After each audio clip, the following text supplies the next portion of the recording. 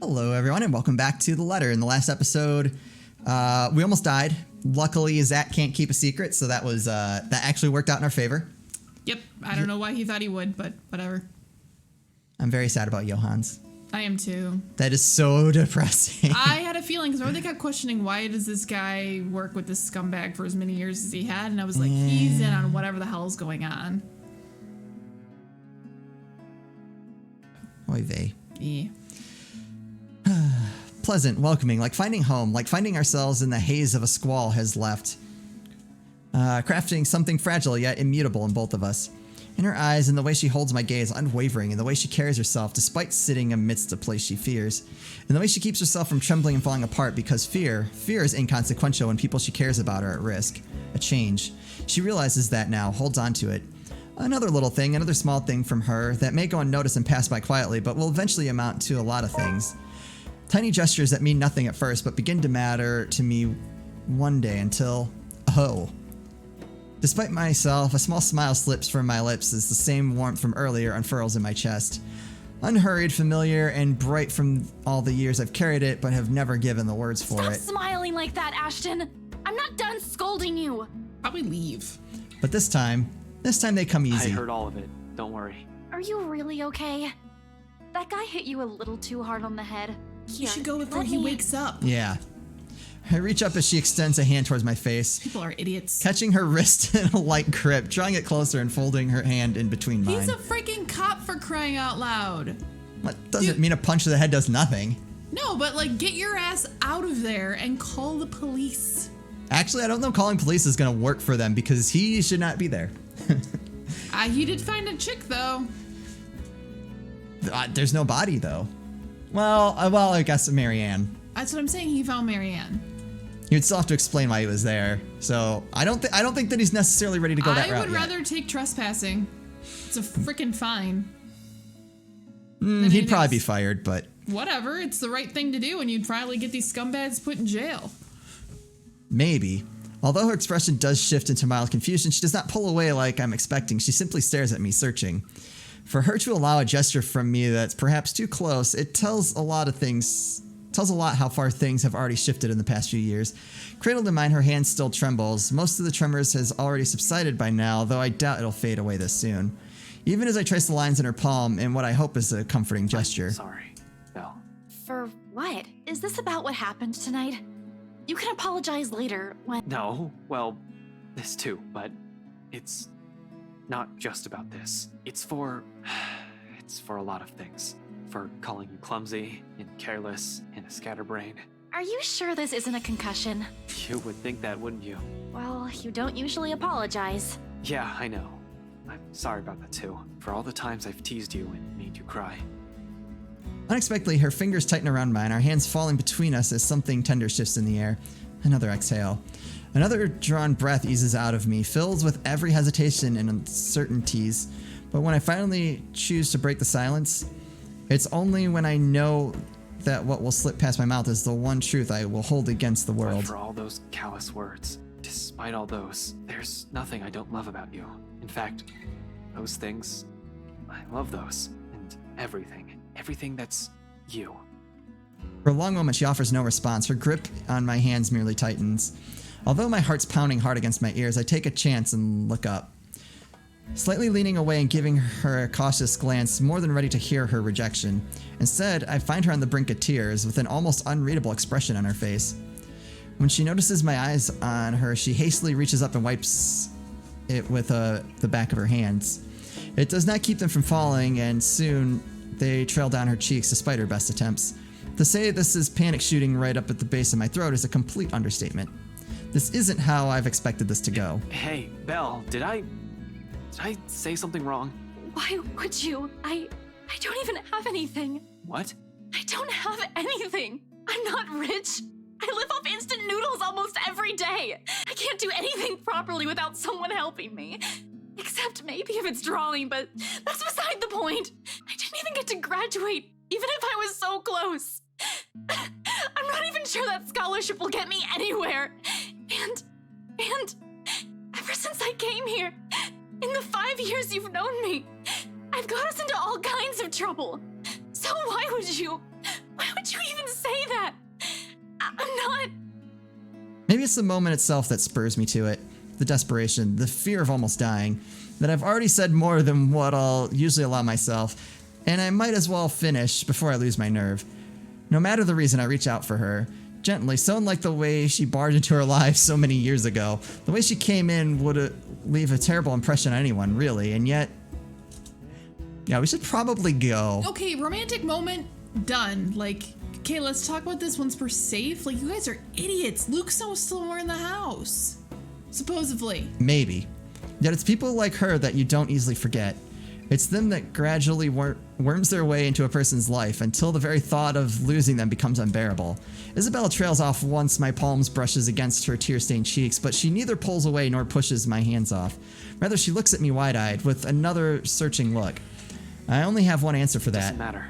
All of that is still you, and that's enough for me. No promises, only truths. Perhaps the only genuine thing I can offer her at the moment. We don't even know what will happen or if we'll ever survive this. So instead of words, I lean in, our foreheads briefly touching, before brushing my lips tenderly against hers. The kiss is nothing intimate by any means. There's a brief second once our lips touch when she tenses, unsure. The long moment of not knowing what to do with her hands until she settles them on me. Kids' top 10 most romantic moment in the history of romantic gestures is after you almost get strangled by the pseudo-German mob guy, make out with his body unconscious with handcuffs while there's certain death still in the house. To be fair. Perfect mood. Perfect. I don't disagree, but I think it's because of Rebecca. I think, like...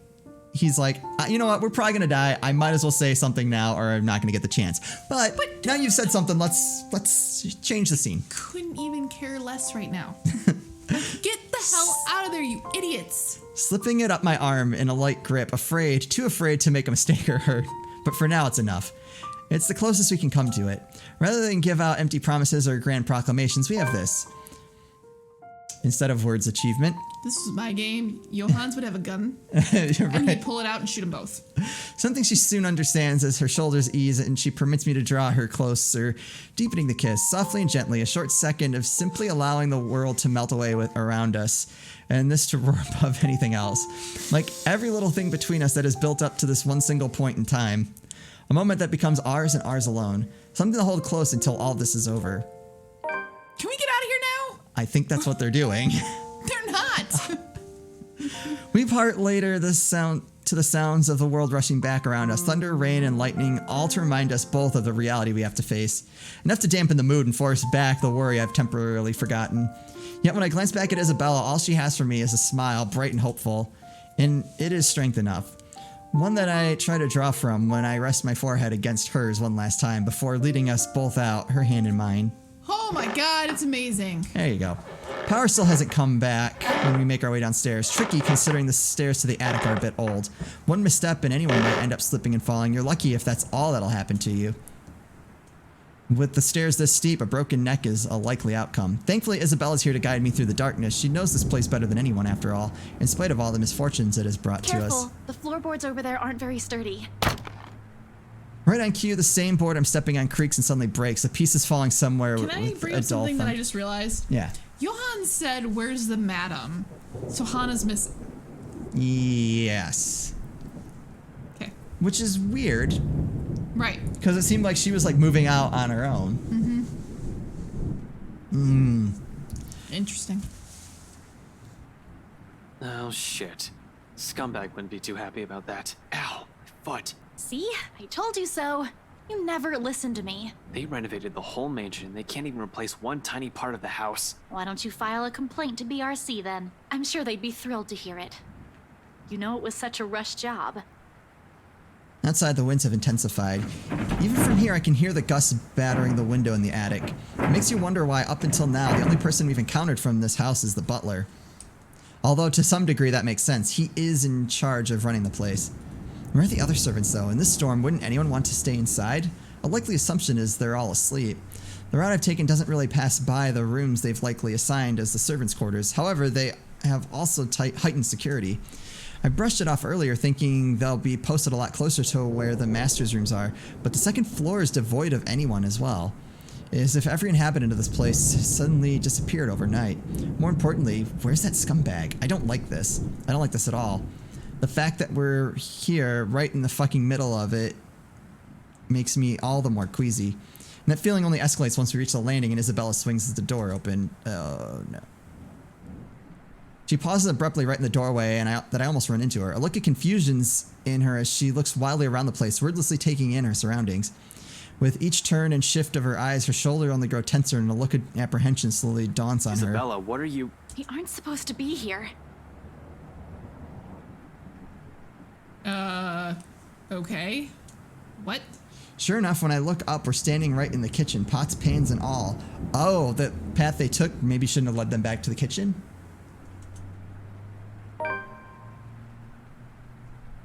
In one corner, Zach and Rebecca watches almost as if surprised to see us. McCullough is also with them. Of course, she didn't listen to me even if I've already exceeded the 15 minutes we've agreed on. Although color and strength seems to have already returned to her, enough for her to be able to stand unassisted. The empty plate on the counter appears to have played a part in that. Good news, I guess. As for the other two, however, relieved as I am that they had the sense to wait and not venture deeper into the mansion, I can't help but roll my eyes at both of them. Zach, I said 4 hours. I know, but Isabella asked and... Come on, bro. You know I ain't a very good liar. Thank you for that, Zach. And it didn't even occur to you to stop her? We all tried, all right? She was out the door before we could say anything. And how did you guys even get in here?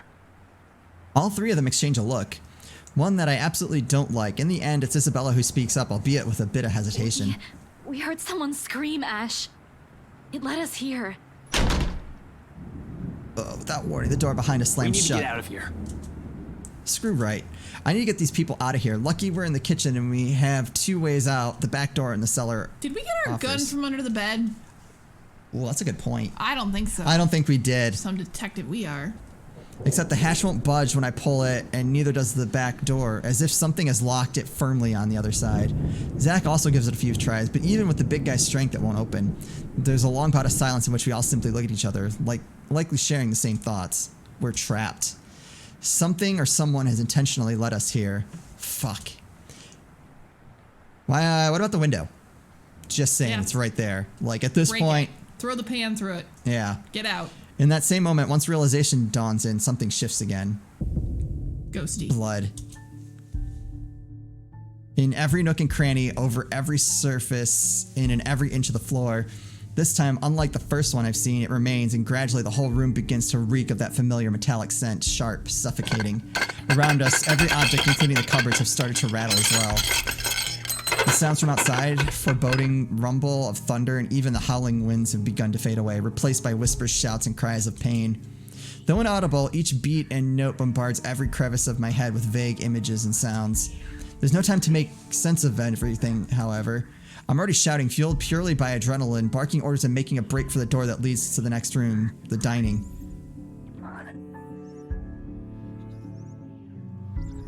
Got the creepy whispering. I know. Do you hear it? Yeah, I don't know how well it'll come through on the recording, but yeah, there's some creepy whispering. It's very faint. It should take us straight to the foyer where the main door is. Run! Right in front of us, the mansion has started to change and we're in the thick of it. However, instead of the dining room like it's supposed to open to... We're in the master bedroom with that. See that picture? It was the girl crying, Yeah. looking at her bedclothes or the dress she's wearing. Yeah, this is why Ash and Isabella were confused, because they shouldn't have been in the kitchen from where they were. The bedroom welcomes us instead, an image that lasts only but a second, but before blood begins to seep into this room. Filtering into the walls, trickling from every nook and cranny, everywhere furniture shakes and every beam rattles. Before we can even step back from the horror gradually unfolding in front of us, the door slams shut. A loud thud, bringing a sense of dread and chill creeping up in each of us. Along with it is another realization: the whole place is reordering itself. And with the door closed tight behind us, showing no signs of budging even through sheer force, there's no choice but to go forward and hope to all gods that'll lead us to an exit. Yeah, sure, keep following it. I'm sure that the ghost is going to let you find the exit. Yeah. Until then, running's the only thing we can do, spurred by nothing but fear and a sense of desperation to live. Useless, Ash the Fray. But with each room we pass, it only becomes apparent that the house has no intention of letting us leave. It lured all of us here and we've fallen for it. Now it's playing a little game with us, a sordid form of amusement. For whom? Their laughters are the only thing we can hear. With every hall we cross and door we slide open, the hope of finding an exit merely dwindles. The gun at my hip is useless here. Oh wait, so we did get the... Okay. I'm useless here. Some fucking genius I am. Some fucking person to trust I am. All of those, they mean nothing in the face of the unknown. You finally figured it out. Huh, Ashton Frey. Just give it up. All of them will eventually die because of you. Is it because everyone's here? That saw the letter? Yeah. You are going to die alone. Shut your fucking mouth. You know it's true, though. All of it. It's why all you can do is tell us to shut up. You don't want to hear a single word. You guys said because that you're already. Already aware of it. You can't even admit it to yourself. Who's the coward now? But no matter how hard you try, you're not gonna be able to save anyone.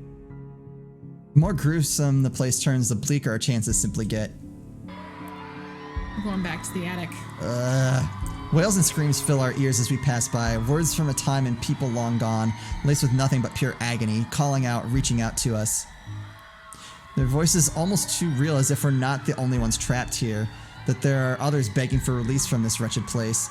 Or maybe it's all just a show, a taste of what we will eventually be, souls forever held captive in a never-ending nightmare. Mother, I've done it, Mother. Take me with you, please. I'm still here. She's here. Help me! Help me, please! Is this what the curse is? What it means for all of us? That the letter, not a morbid cry for help, but an invitation? A beckoning for unsuspecting souls to be dragged into this place's horrors? To be put under centuries and centuries of torment and agony? Suddenly dying a painful death seems preferable, enticing than ending up here living a tortured existence. Or perhaps it's all the same. Still, hope worms its way into me, not a usual thing for someone like me. But after going through countless doors and corridors, every little sign of hope I'm willing to cling to. As long as it'll get us out of here. We're back in the dining room again. How long have we been running? How long since we've left the kitchen? At some point, I've lost track of time, with the windows barred tight and the sounds lifting in the air, nothing but shouts and shrieks as it's impossible to tell. Not that it matters when an end is in sight. Shelves and furnishings bar the door, each stained with blood and gore, that if the situation isn't as desperate as it is, I'll find a different way out. But there's still a gap left at the topmost part for a person to go through, as long as you use the shelves to climb. It's an exit, all right. From here I can spy the familiar walls of the foyer. Relief, only relief washes over me. Although my legs have been strained taut by all that running, and every bone and muscle in my body ache, there's only an easing. A sense of tension relieving energy back flows through me again at the sight of an end. No sooner am leading us out of it. That helps McCullough first, assisting her up and through the gap before giving a hand to both Rebecca and Isabella. The moment the ladies are in, I nod for him to go through. I'll watch your back. Surprisingly, he does that without any protests. Not that there's any need to. Sometime after entering this room, the whole place has calmed down. No wails or whispers, just a silence too deafening. But I'm not letting my guard down until everyone is on the other side of this nightmare safe. For all I know, this may just be a calm before another storm. Without further incident, however, Zach makes it to the other side and I'm following after him. However odd this hush is, I turn my back from it and climb up. It's a tight fit, but I manage to squeeze myself in. The unease remains, though. Maybe it's the adrenaline still coursing through me, or how easy everything has been after living through that nightmare, fleeting as it is. But for some reason, something's still nagging at me. Call it detective's instinct or my training or whatnot. I have a feeling something's going to happen and catch us unprepared. Unconsciously, before dropping down on the better side of the stream, my hand shifts to the gun at my hip. Instinct has never failed me before. My feet haven't even landed on the floor Had I when... known there would be a party in my own home tonight, I would have opened a bloody bottle or two. People these days, in my own home. Can you believe it? I feel so left out. Chill seeps into every vein in my body. All of a sudden, every pain returns to me tenfold, and my knees threaten to buckle at the sound of his voice. Though it appears friendly, I know it's anything but. One does not spend investigating a man like him for over a year and holding a grudge against him for more without knowing everything about him. His quirks, his habits, I'm familiar with all of them. And right now, Luke fucking Wright is beyond pissed. Shifting my gaze upward is nearly too painful knowing the danger. And we'll just have to explore that danger in the next episode. Oh. Oh, this could not be good. Nope. I'm hoping the ghost will take him out. That'd be lucky. So yeah, we'll just see what happens next time. That's going to do it for us. As always, thank you guys so much for watching, and we'll see you next time.